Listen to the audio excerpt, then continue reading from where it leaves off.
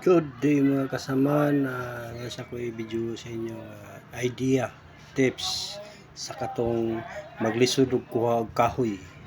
Oh. Kini siya mga kasamaan, dili ni siya kahoy. Rectangular tube.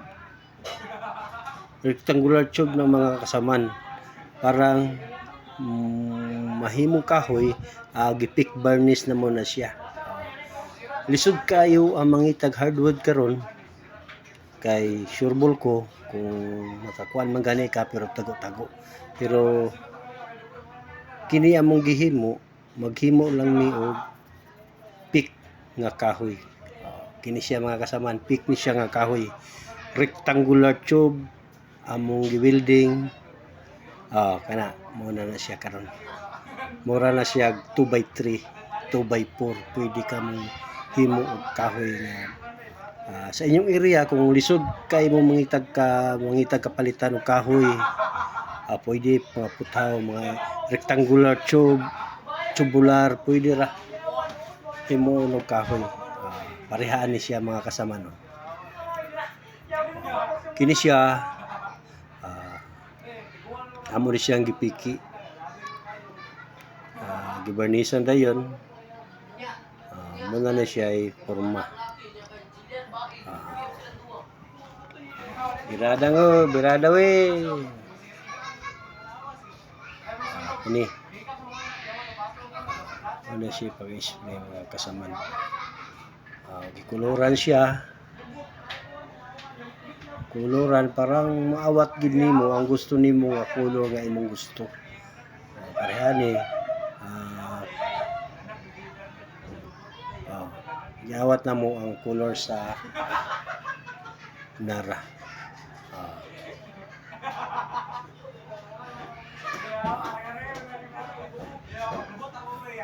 Una siya pag pick varnish. Tips ni siya para sa mga wala pa mga kahoy, maglisod kayo palit og kahoy kay sureball ko dakupon man ang mga kahoy karon. Kini mag pick varnish lang ta. Rectangular tube imo na tong kahoy. Pareha ni siya, mo ni siya. Dili ni siya kahoy.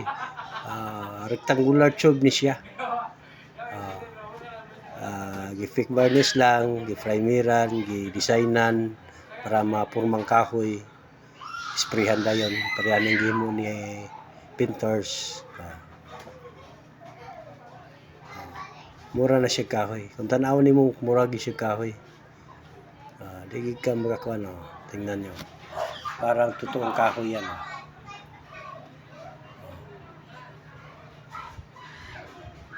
Kung tingnan mo talaga, para gid kahoy gid na kahoy.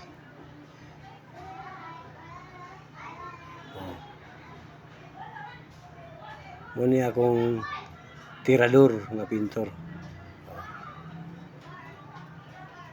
Birada.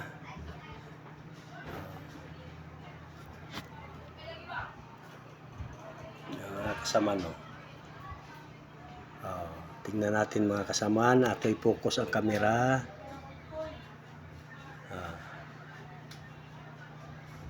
I-focus para makita gid ang view sa kahoy na. Kita mo ng mga grano-grano.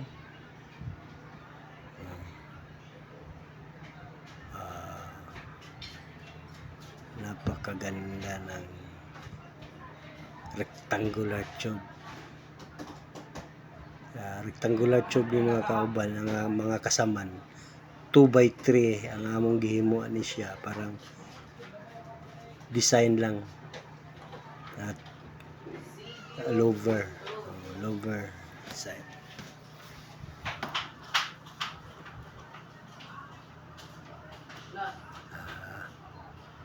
Sige, kulori pagyad para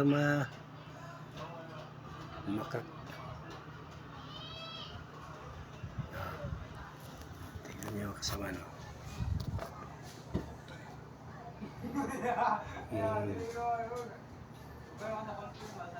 Ganito talaga pag pintor ka, marunong kang dumiskarte, sa mga kulay-kulay ng mga gustong kulay ng gusto nyo awatin na kahoy. Tulad nito, yung step at saka yung ginawa namin na lover design, giawat namin kulay sa step para maging tunay na kahoy, para maging parang tunay nga kahoy. Tingnan nyo, yan, grano na yan, pick varnish lang yan, yan yung grano. Tapos yan, hindi yan totoong kahoy,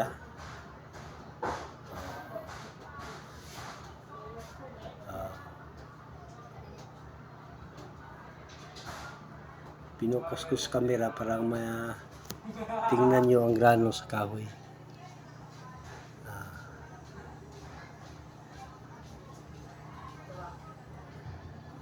Okay.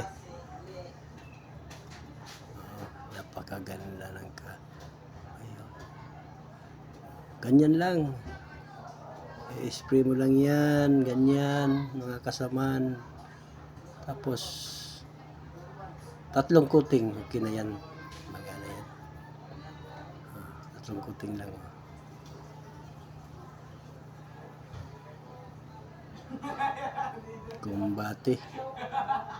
Kumpati mga painters. Kini siya nga among gitrabaho mga kasama na kuan siya mo niya among project katong video na ko atong niagi nga niaging upload nako nga hagdanan katong nagsaka ta sa hagdanan o man siya nga hagdanan.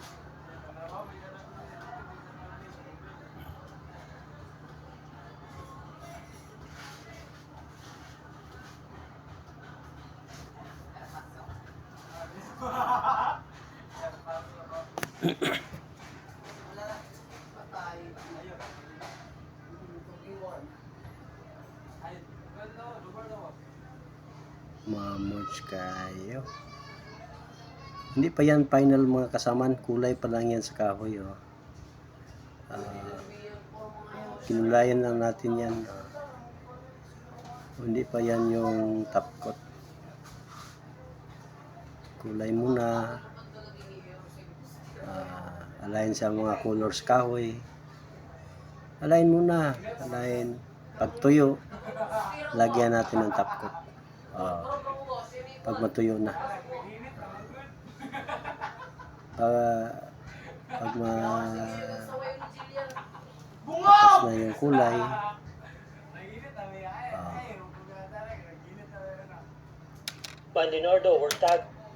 ganyan lang.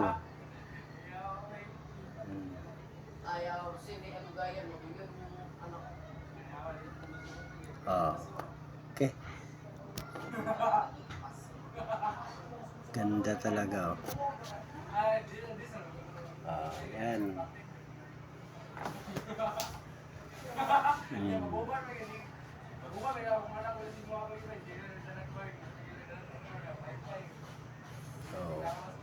Para totoong kahoy, no? Hindi yan totoong kahoy.